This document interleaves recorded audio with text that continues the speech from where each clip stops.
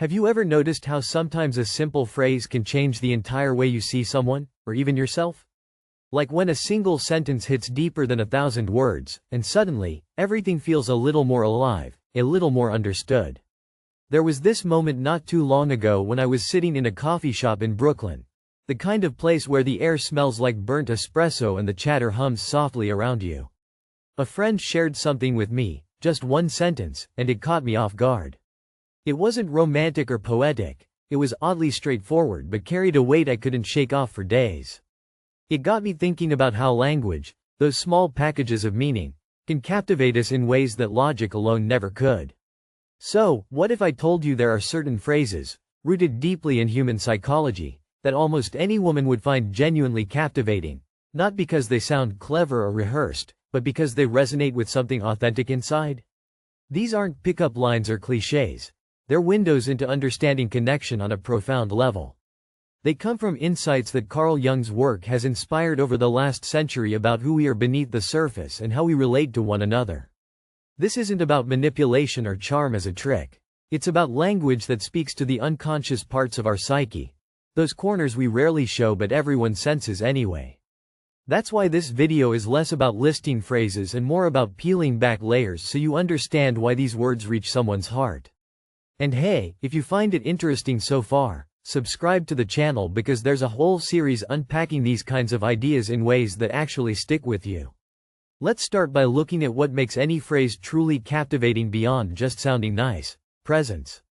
Not presence as in, being there, which sounds simple but often feels superficial nowadays. Everyone's physically present but mentally elsewhere. But real presence, which Carl Jung hinted at when he described the need to be seen as our whole selves.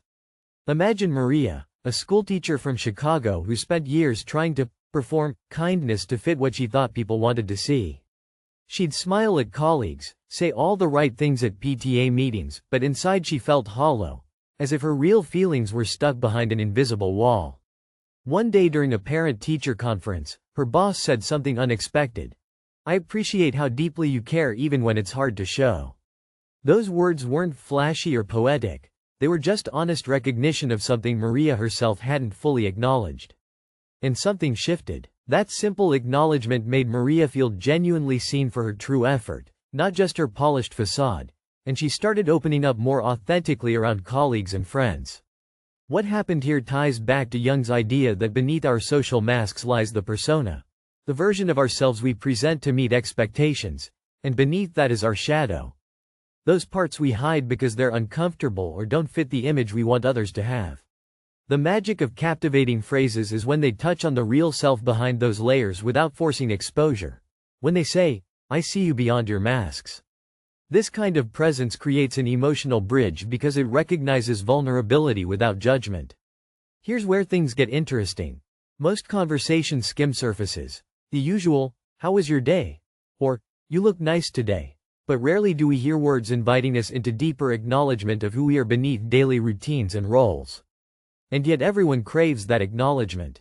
Now think about saying something like this next time you want to connect. "I notice there's more beneath what you usually show, and I'm curious about it." It doesn't demand anything, it simply opens space for authenticity without pressure. I remember an awkward moment with Liam, a graphic designer from Toronto who tried this line out on his sister after months of strained conversations during family dinners. He said it quietly one evening as they washed dishes together. At first, she laughed nervously and shrugged it off, but then paused longer than usual before saying, "That's actually nice to hear." From there, their conversations began peeling back layers. They talked about hopes Liam hadn't heard before and feelings his sister had kept quiet through years of small talk and distraction. If this sounds risky or unsure, that's natural because opening up space for vulnerability isn't always comfortable at first. But it works differently than typical compliments or jokes because it honors complexity rather than simplifying someone into an image. So here's a small practice anyone can try, not for anyone else, necessarily, but as a way of tuning your own ear and heart toward noticing what's truly present in others beyond appearances. Take 5 minutes today, or whenever you find yourself talking with someone close, and silently observe them without planning your next comment or judging their mood. Just listen for what seems unspoken between words, the hesitation in their tone, their body language when they think no one notices. Then try saying aloud one sentence acknowledging that invisible layer. Something like, "There seems to be more going on here than what meets the eye." Or maybe even ask gently, "Would you want to share what's really on your mind?" Notice how it lands without expectation. This isn't about solving problems or fixing feelings right away. It's simply creating space for authenticity through presence expressed in language. Curiously enough, and I've stumbled through this myself, many times when we try being deeply present with others using honest phrases like these, not everyone responds openly immediately. Some pull back or get defensive because real connection also triggers fears we all carry about rejection or exposure. But here's where patience matters, and also why these phrases aren't magic spells but invitations over time that build trust by acknowledging complexity rather than ignoring it or pretending everything is easy all the time. It reminds me of an afternoon last summer walking through Central Park with my friend Anika, a journalist who often wrestles with feeling misunderstood despite having thousands of followers online sharing pieces of her life every day. She told me how exhausting it is pretending she always has answers or is perfectly composed when inside she battles uncertainty constantly. When I said something like, "I sense there's strength in your struggle that not many see," her eyes softened, a subtle shift, but she didn't have words immediately either. Sometimes recognition itself feels like catching breath after holding it too long, even if no immediate response follows. So if hearing these ideas makes sense, or even stirs some resistance, maybe try writing down just one phrase today acknowledging hidden depths in someone close to you, or yourself. You can even tweak wording until it feels true rather than rehearsed. It matters more that it reflects genuine curiosity than perfect phrasing. And while practicing this kind of presence may seem simple on paper or screen, it often requires courage because exposing parts of ourselves is unfamiliar terrain for most people shaped by constant social performance demands. Yet it's precisely these simple acknowledgments, the ones revealing deeper seeing, that tend to linger in memory longer than grand speeches or elaborate compliments because they meet essential human needs: to be seen fully without masks and accepted despite imperfections. And now I'm curious, have you ever received or said something unexpectedly simple yet deeply meaningful like this? Something that made you pause and feel recognized beyond surface-level exchanges? Share your experience below. I'd love to hear how those moments landed for you because connecting over such stories enriches all our understanding here. Anyway, stepping into this way of relating might not feel natural immediately, I wouldn't claim otherwise. But slowly letting go of scripted interactions in favor of honest acknowledgement plants seeds for connections grounded not only on attraction but genuine human resonance, which Jung suggested ultimately shapes meaningful relationships more than anything else we might say superficially. If you're interested in diving deeper into these kinds of insights grounded on psychological understanding, without drowning in jargon, I have some content lined up exploring more phrases rooted in authentic connection alongside practical reflections inspired by Jung's ideas. You might find them useful as tools rather than tricks. For now though, trying out this first step means noticing presence beyond appearances, and speaking from that place honestly. It might surprise you how much ripples spread from those few words when spoken sincerely enough. I notice there's more beneath what you usually show, and I'm curious about it. So yeah, maybe next time you're chatting with someone special, or even someone new, you pause briefly before speaking and consider whether what you're about to say invites them closer instead of keeping them at arm's length through routine talk. Because honestly, that makes all the difference between being heard as just noise, or being remembered as someone who truly sees another person beyond their usual mask, even if only for moments enough to spark genuine connection. If any part resonates with you so far, feel free to comment below. Let me know how noticing hidden layers changes your interactions. It might inspire someone else reading too. And remember, real presence starts not with perfection but willingness to be curious without rushing answers. Well, looks like I ended up talking quite a bit just on this first point. But sometimes good conversation takes its time and patience. Soon we'll explore other powerful phrases that tap into different facets of connection inspired by Jung's legacy.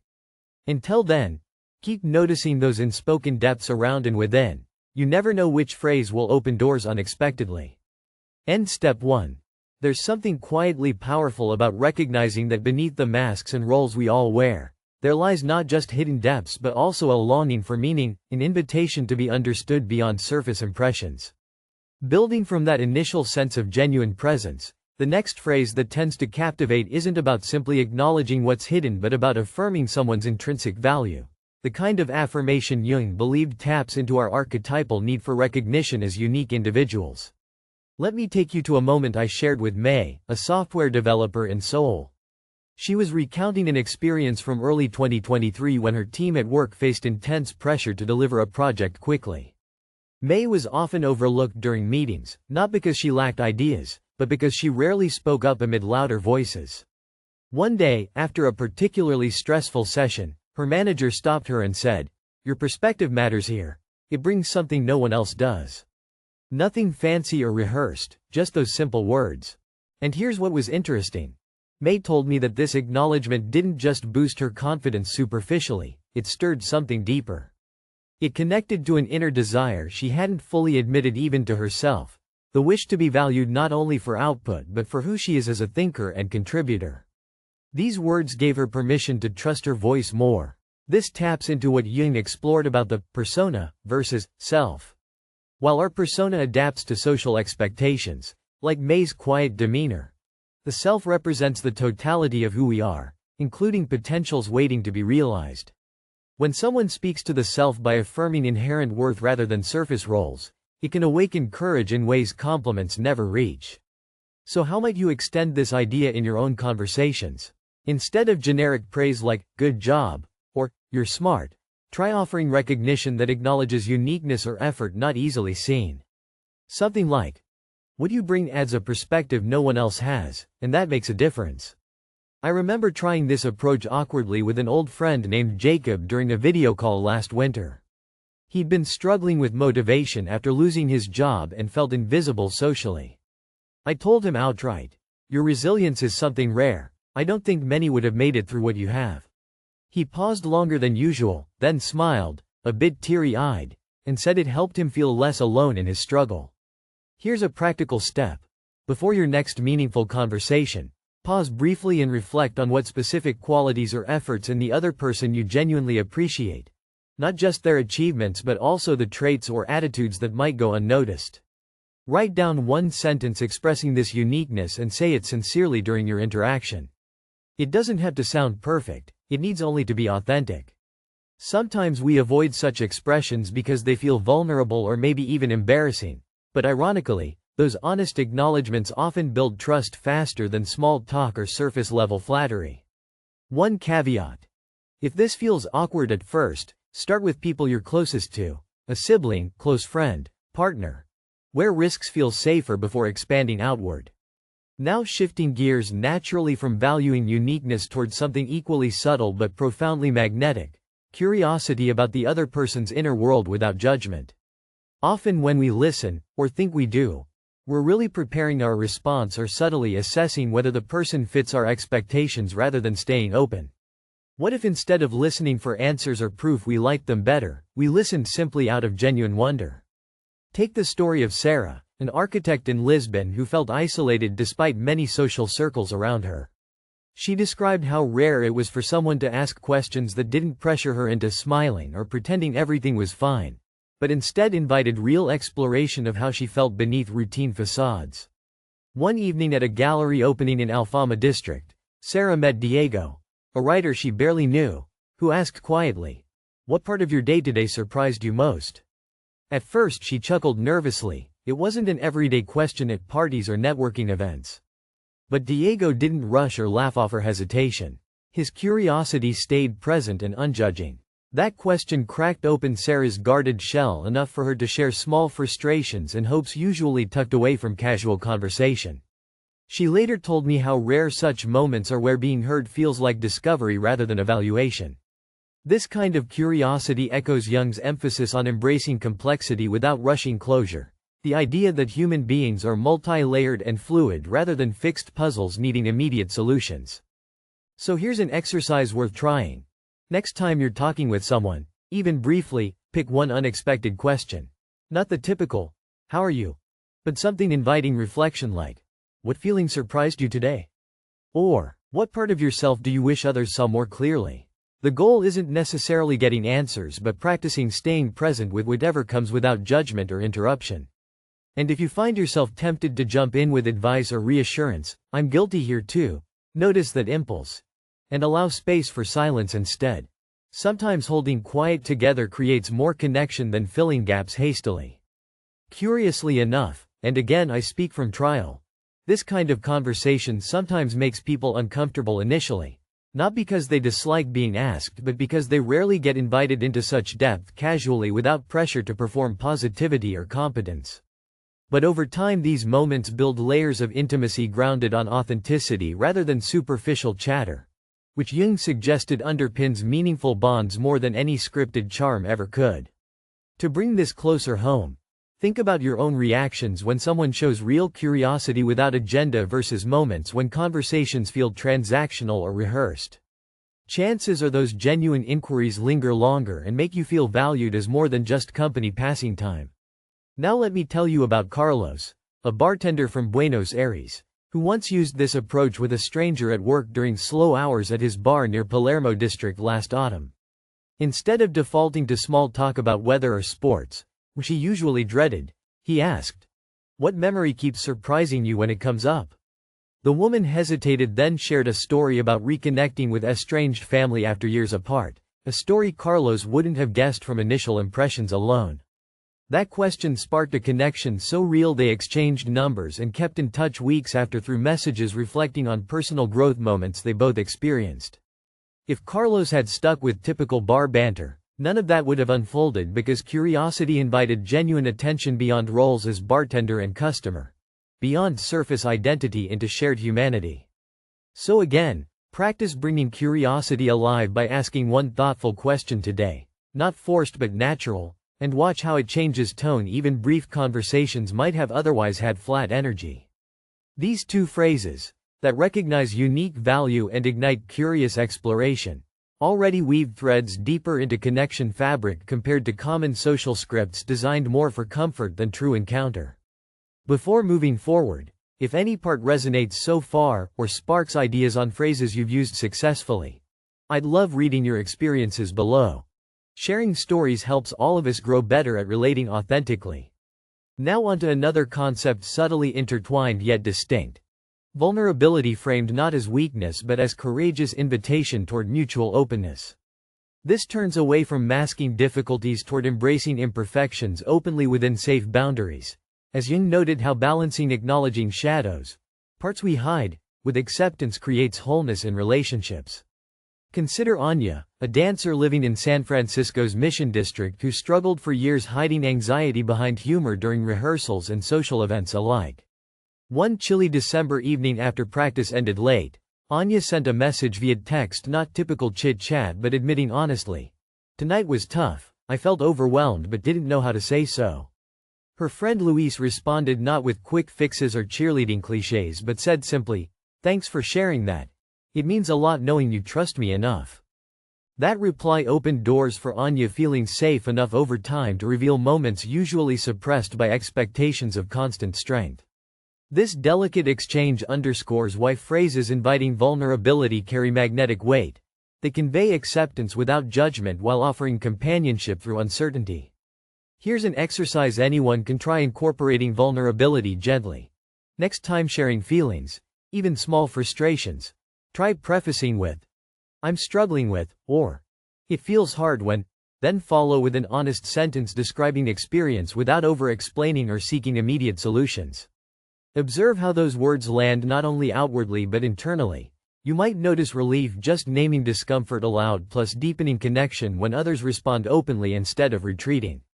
And if responding someone else shares vulnerability, resist urge rushing reassurance. Hold space, letting their experience exist fully first before adding thoughts. I won't pretend these steps always flow smoothly. Sometimes fear nudges us back toward armor. But practicing framing vulnerability as courageous invitation rather than burden gradually rewires patterns built over years. Imagine Anais Nin writing letters exposing raw thoughts amidst societal pressures. Her courage inspired connections transcending typical correspondence. Which reminds us words embracing imperfection carried timeless power beyond polished appearances. So gradually weaving phrases honoring presence beyond masks. Point 1. Recognizing unique worth. Point 2. cultivating genuine curiosity. Point 3. And inviting vulnerability rounds out powerful tools for meaningful dialogue rooted not in performance but authenticity.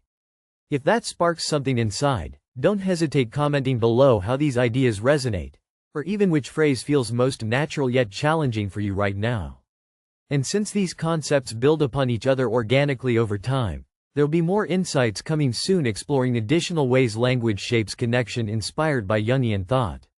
It's fascinating how such seemingly simple phrases reveal complex undercurrents shaping relationships deeply once we move beyond shallow scripts. Enough rambling here. The dance between presence, recognition, curiosity, and vulnerability offers rich ground cultivating bonds lasting beyond surface-level attraction, a topic ripe for continued exploration together.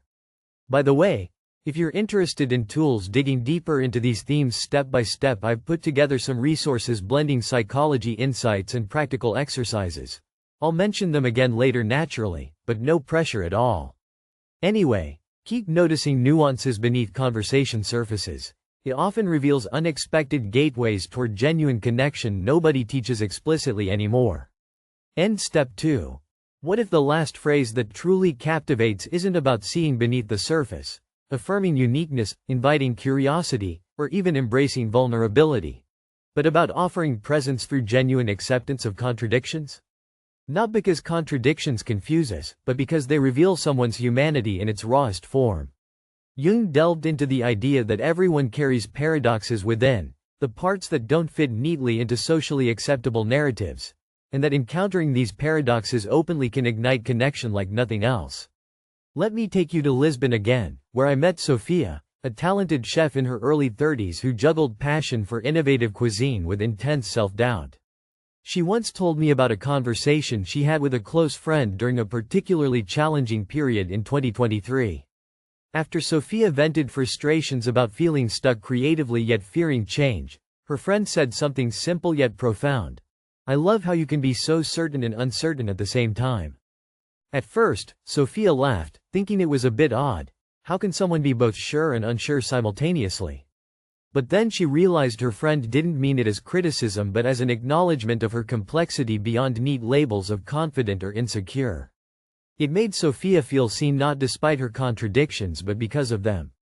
This kind of acceptance honors what Jung described as embracing the shadow parts, not hiding or rejecting those aspects we find uncomfortable or confusing within ourselves and others but welcoming them as integral pieces of identity. Now imagine a phrase you could use to extend this radical acceptance when someone expresses mixed feelings or shows conflicting sides. Something like, "It's okay to hold opposing feelings. It just means you're deeply human." These words don't seek resolution or force clarity but create space where complexity is not only tolerated but embraced. I recall trying this approach with my cousin Mariana when she was wrestling between excitement and fear about moving abroad for work. I simply said, "You seem both eager and hesitant, and both make sense." She paused longer than usual before nodding slowly. That moment shifted from tension to relief, as if permission to feel complicated alleviated pressure to choose one clear emotion. Here's a gentle exercise. Next time you notice yourself or someone else caught in conflicting emotions or contradictions, try voicing an acceptance phrase acknowledging that holding opposites is part of being alive. It might sound like, "It makes sense to feel pulled in different directions." Or, "Your feelings don't have to be tidy to be valid." Speak these aloud either internally or during conversation. Notice how this acknowledgement changes your relationship with discomfort, whether easing judgment or opening authentic dialogue. Now, stepping back to look at what we've unpacked so far, the way language rooted in depth psychology quietly bridges distance between people without grandiosity or pretense is nothing short of remarkable. We began exploring presence that sees beyond masks, then moved into recognizing unique value beneath roles. We invited genuine curiosity, gently unraveling layers usually left untouched, and embraced vulnerability as courageous truth rather than weakness. Finally, we honored the paradoxes that make us fully human, offering acceptance rather than demands for neat answers. Together these elements weave a tapestry of connection built on authenticity, a far cry from surface-level exchanges typical in daily life saturated by social media scrolls and scripted small talk. If this all sounds abstract at first glance, It's understandable. Concepts from Jungian thought often do until felt through lived experience. Yet these phrases aren't theoretical. They're invitations into conversation grounded on respect for complexity and emotional honesty, often missing from modern interaction. Imagine how differently relationships might unfold if instead of rushing for perfect responses we lingered longer with presence. If instead of glossing over contradictions we welcomed them openly. If instead of masking vulnerability we framed it as brave sharing. If instead of repeating routine questions we sparked authentic curiosity. If instead of offering empty compliments we recognized unique contributions deeply.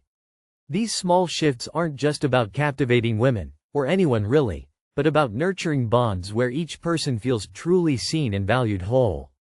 I'm reminded of an evening in Manhattan when I attended a gathering among artists and writers. People who often wrestle publicly with inner chaos yet crave sincere connection beneath external bravado. One poet shared how hearing simple, honest phrases during his darkest times sustained his will to keep creating despite doubt. Another painter spoke about how being met with curiosity rather than judgment unlocked new dimensions in her work and relationships alike. Such moments resonate beyond specific words. They reflect attunement born out of deep human understanding Carl Jung glimpsed decades ago when emphasizing integration over division within ourselves and others. So here's something to consider now as you move forward. What would happen if you practiced speaking less to impress or control outcomes, and more to invite deeper mutual recognition? What if your next conversation became less about fixing problems or charming impressions, and more about witnessing real complexity bravely? That kind of shift requires patience, not only with others but also with yourself, navigating discomfort inherent in authentic relating. And no, it won't transform every interaction instantly, or ever. But consistently trying plants seeds growing toward richer connection landscapes impossible otherwise. Maybe today's takeaway lies not solely in memorizing 7 magical phrases, though they're coming soon, but in cultivating readiness to meet others without pretense, to honor contradictions without fear, to invite curiosity without agenda, to embrace vulnerability without haste. Above all, to speak from places reflecting honest presence beyond masks. And here's a thought I want you to carry quietly like a stone in your pocket throughout your days. Connection isn't perfected through flawless words. It thrives when imperfect humans show up willing to see one another fully, even when it's messy, uncertain, contradictory.